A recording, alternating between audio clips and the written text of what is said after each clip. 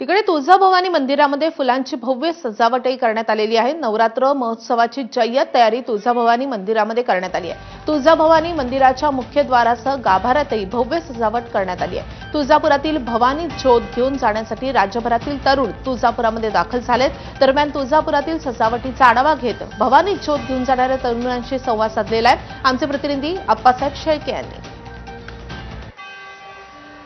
तुळजाभवानी देवीच्या शारदीय नवरात्र महोत्सवाला आजपासून सुरुवात होती आणि तुळजापुरात याची जोरदार तयारी करण्यात आली आहे। तुळजापूर मंदिर हे फुलांनी सजावट करण्यात आली आहे। भव्य सजावट मुख्यद्वारापासून ते आतमध्ये प्रत्येक बाबीची भव्य अशी आणि आकर्षक सजावट करण्यात आलेली आहे।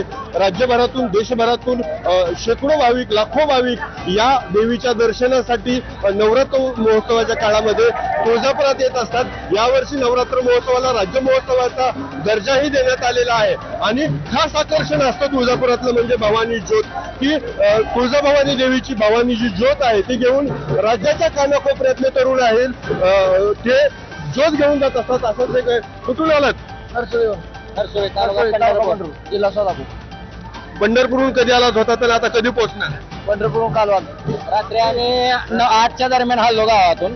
इथं पहाटे आम्ही पावसामुळे पहाटे 4 वाजले याला, त्यामुळे आता पाऊस असल्यामुळे आम्ही सकाळी चाललो। किती वर्षाची परंपरा आहे ज्योत घेऊन ही जातात? आमची 22 वर्षाची परंपरा आहे।